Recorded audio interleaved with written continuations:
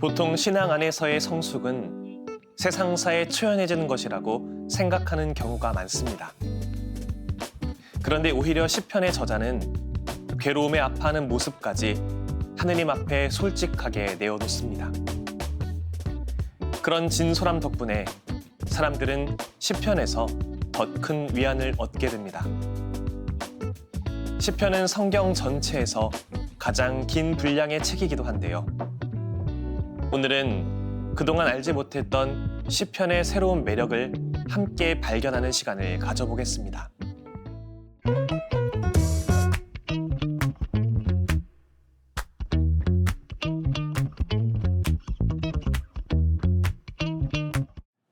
이 시간에 함께 읽을 책은 시편의 설레다입니다.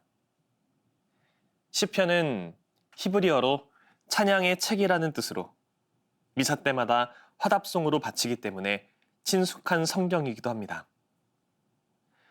저자는 자신이 느낀 시편의 아름다움을 독자들에게 전하며 시편을 통해 살아갈 용기와 힘을 재충전하도록 이끌어주고 있습니다. 이 책을 쓴 임미숙 엘렉타 수녀님은 투칭 포교 베네딕토 수녀회 소속으로 독일 본 대학교에서 시편 전공으로 구약 성서학 박사학위를 취득했습니다. 현재 강의와 피정 지도 등을 통해 성경 말씀을 전하면서 연구와 교육 활동도 이어가고 있습니다.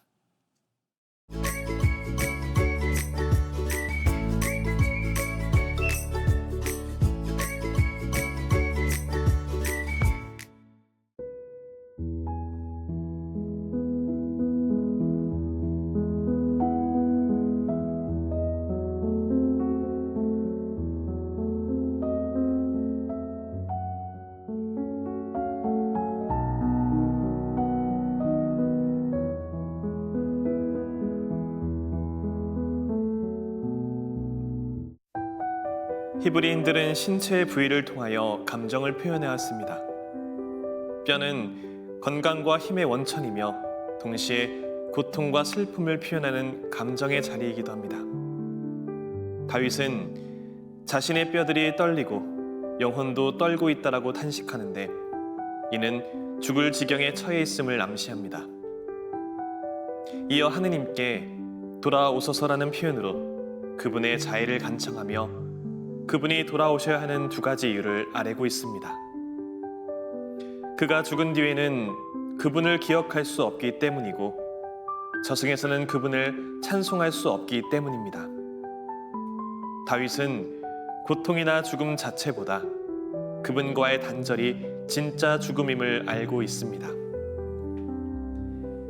이렇게 뼈가 떨리는 고통의 한가운데에서 탄식으로 기진하고 울음 가득한 고백이 이어지다가 갑자기 구원의 확신이 가득한 음색으로 반전이 일어납니다.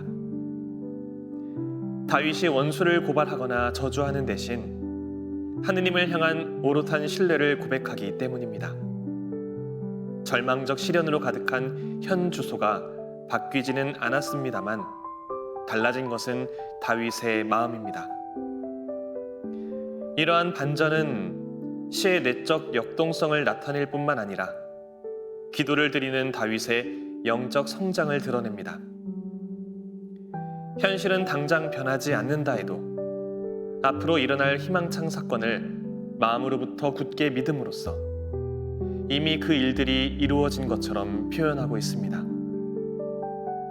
믿음이 현실을 앞서고 믿음으로 미래를 끌어당기고 있습니다.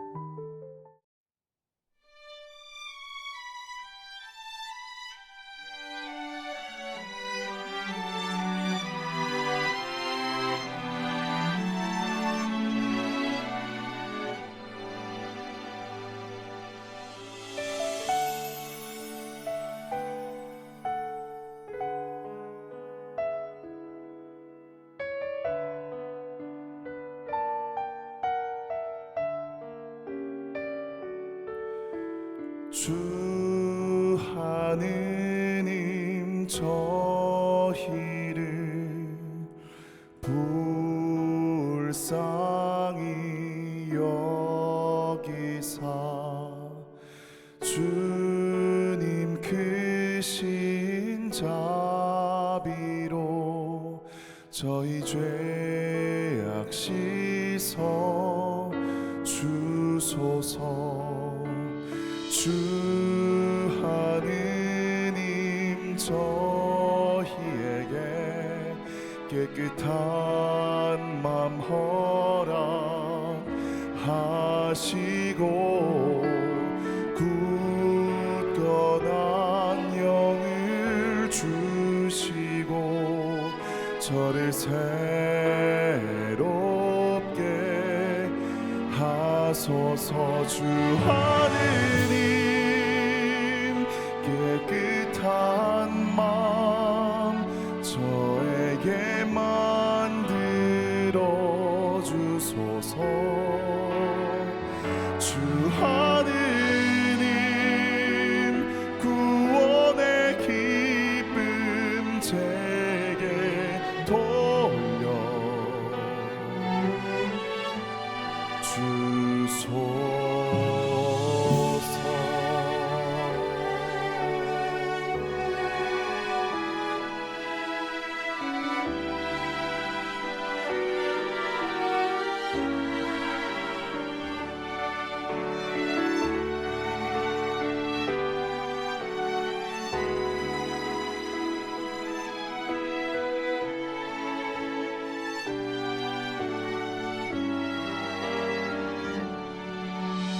주 하느님 저희에게 깨끗한 맘 허락하시고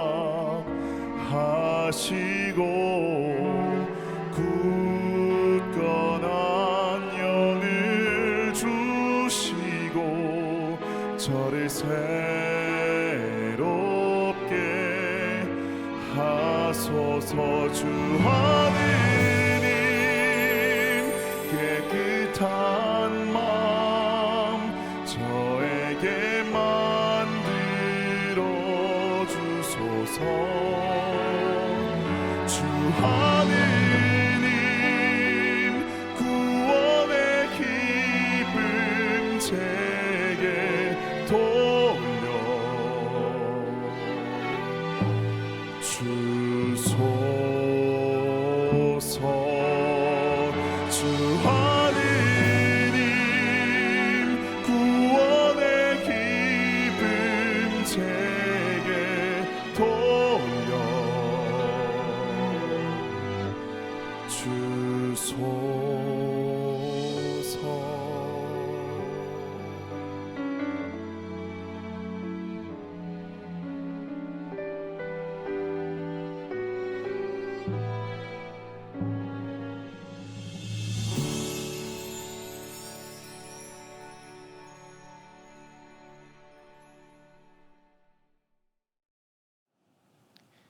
믿음은 현재를 하느님의 시선으로 바라보게 하고 다가올 미래를 담대하게 맞이하도록 이끕니다.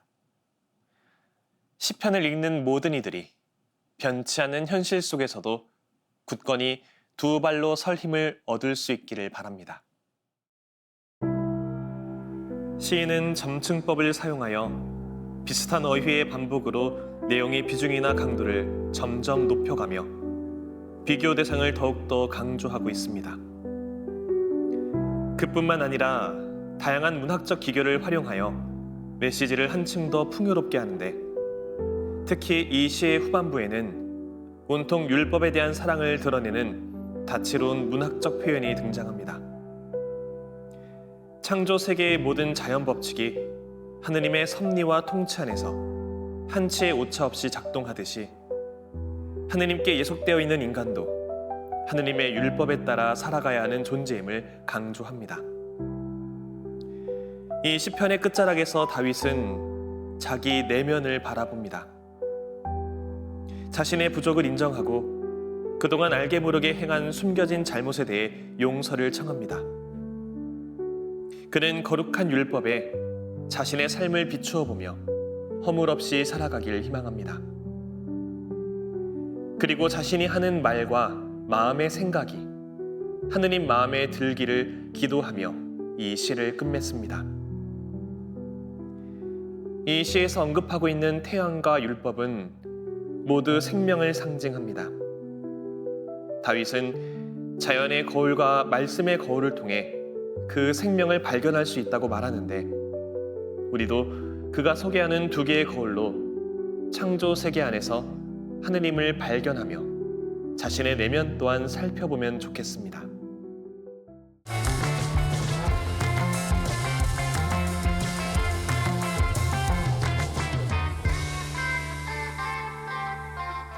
시편의 설레다에서 내 영혼을 숨기시고라는 제목으로 엮인 시편 91편의 내용이 마음 깊이 다가옵니다.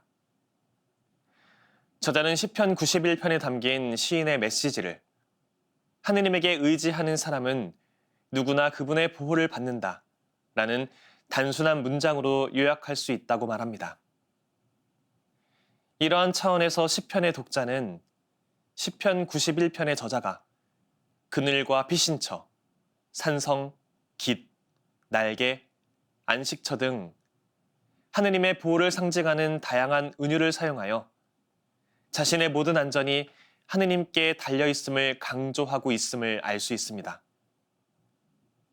이와는 반대로 시인은 새자비의 그물, 흑사병, 밤의 공포, 화살, 괴질, 불행, 사자와 독사, 용 등의 상징을 바탕으로 자신의 삶에 닥칠 수 있는 위험을 생생하게 묘사하기도 합니다. 이 대목에서 중요한 점은 하느님께서 여러 상징으로 대변되는 고통을 제거해 주신다는 약속을 하지 않는다는 것입니다. 이를 두고 시편의 설레다의 저자는 고통을 제거해 주겠다는 약속을 복음 속 광야에서 단식 중인 예수님을 유혹하는 악마의 그 유혹에 비유합니다. 시편 91편은 절망적이고 위험한 순간에도 하느님의 보호를 굳게 믿으라는 초대의 시입니다. 오래전 막스가 당대의 종교를 비판할 때 들었던 인민의 아편이라는 표현은 결국 악마의 유혹과 같은 약속을 내세운 종교와 신앙의 잘못된 모습으로부터 기인한 것이라 할 수 있습니다. 그러면서 저자는 성무일도의 끝기도에 대한 언급을 합니다. 하루의 모든 일과를 마치고 밤에 휴식을 취하기 전에 바치는 끝기도에서 바로 시편 91편을 노래하기 때문입니다. 낮 동안 수고한 이에게 평온한 밤의 안식을 선사해 주시는 하느님께 감사를 드리고 다시 새 아침을 맞이할 수 있기를 바라는 마음이 담겨 있는 이 끝기도는 나의 온 존재를 하느님께 맡기며 그분의 충실한 보호와 약속에 의지하도록 우리를 이끕니다. 신부로 지내며 매일 성밀도를 바치고는 있지만 아침 기도와 저녁 기도를 바치듯 끝기도를 성실히 바치고 있지는 못합니다. 그러한 차원에서 신학생 시절 끝기도를 성실히 바치던 때의 기억을 다시금 떠올려 보게 됩니다. 특히 토요일 저녁마다 신학원 공동체원들이 모두 함께 모여 노래로 바쳤던 끝기도는 하루의 마침뿐만 아니라 한 주의 마침이라는 차원에서도 크나큰 위로와 위안이 되어 주었습니다. 그렇게 바친 끝기도는 하루 동안의 수고로움, 한 주 동안 고치지 못한 제 자신의 나약함과 부족함, 또 내가 보낸 시간 안에서 마주한 수많은 이들의 삶 등을 아우르고 보듬어주는 기도처럼 다가왔습니다. 그렇게 끝기도를 바치는 시간은 제가 맞이한 밤을 조금 더 따뜻하고 뜻깊은 시간으로 꾸려주었으며 하루 동안 온전히 의식하지 못하고 의지하지도 못했던 하느님을 향한 저의 마음가짐을 정비하는 시간으로도 이끌어 주었습니다. 더불어 저의 의식과 의지와는 별개로 언제나 저와 함께 해주시는 하느님의 자비하심도 깨닫게 해주었습니다. 시편의 설레다가 알려주는 시편 91편의 의미를 되새기고 또 끝기도를 성실히 바치던 때를 돌아보도록 이끌어주는 내용으로 오늘의 책을 마무리 짓고 싶습니다. 김진태 신부님의 밤에 대한 묵상의 한 대목입니다.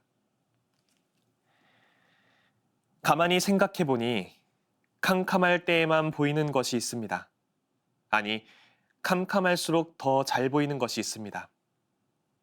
실로 낫만 있었다면 우리는 우리가 볼 수 있는 또 다른 엄청난 세계를 인생에서 놓치고 말았을 것입니다.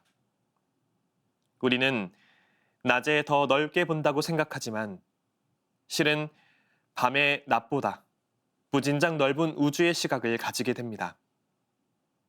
밤이야말로 우리에게 낮이 가린 시계를 열어주고 그래서 낮보다 더 넓게 보게 해줍니다. 자기의 고통을 외면하시고 침묵하시는 듯한 하느님 앞에서 떠나지 않고 그분께 간청하기를 멈추지 않는 시인의 신앙 언어는 하느님의 응답을 얻어내기 위해 잔꾀를 부리는 것도 아니고 치밀하게 계산된 것도 아닙니다. 비록 자신의 간구가 당장 응답을 받지 못한다고 해도 쉽게 절망하거나 하느님께 매달리기를 단념할 시인도 아닙니다. 그럴수록 오히려 더 강력하게 하느님께 부르짖으며 고군분투하는 시인의 신앙 여정이 바로 이 암울한 시편을 그토록 매혹적으로 만드는 요소가 아닐까 싶습니다. 우리 역시 살아가는 동안 신의 일식을 거쳐야만 합니다.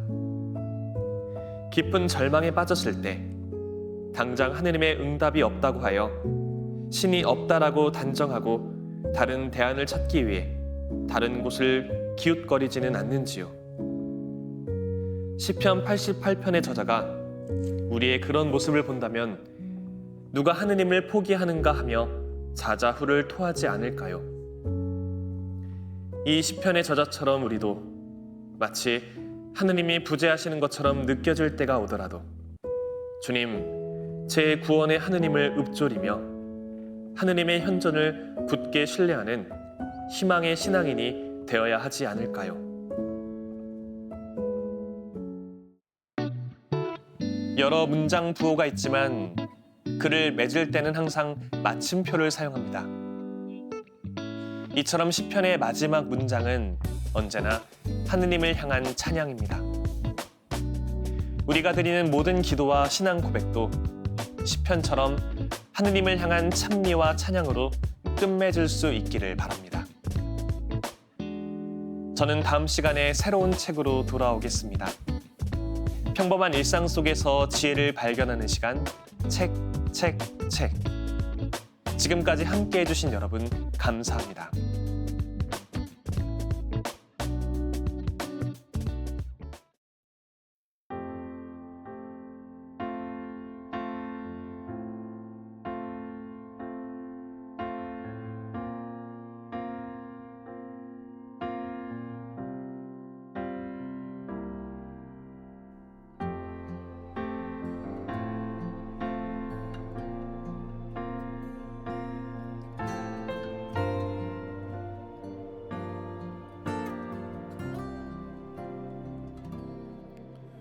주님 저를 구하소서 악의 손에서 저를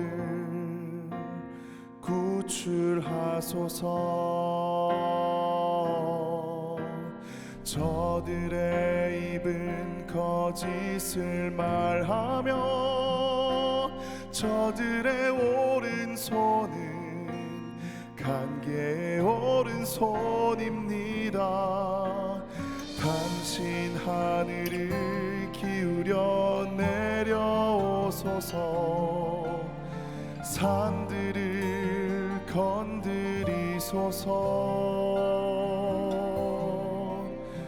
번개를 치시어 저들을 흩으소서 저들을 혼란에 빠뜨리소서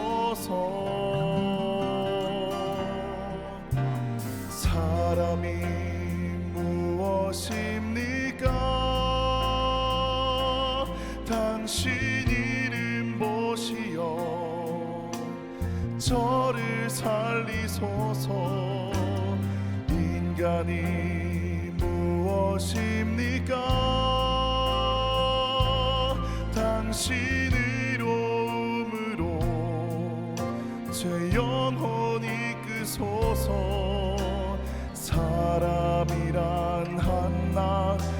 숨결과도 같은 것 그의 날들은 지나가는 그림자와 같습니다. 나의 반석이신 주님 찬미 받으소서. 내 손에 전투를 내 손가락에 전쟁을 가르치시는 분 나의 힘 내 산성 내 성체 나를 구하시는 분 내 방패 내가 피신하는 분 민족들을 내 밑에 굴복시키시는 분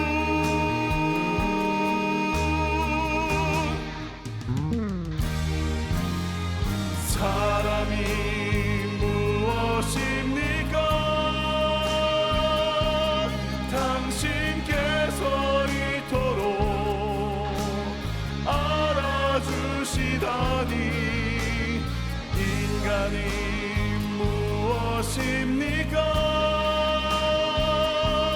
당신께서 이토록 헤아려 주시다니 사람이 무엇입니까?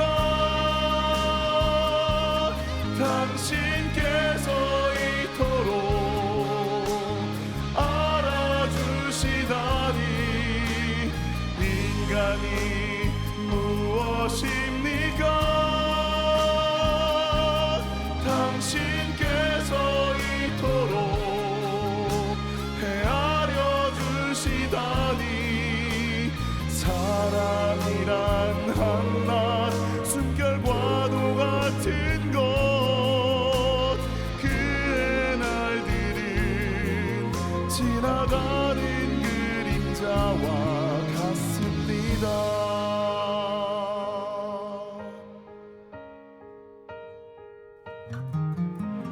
주님 저를 구하소서 제 영혼 이끄소서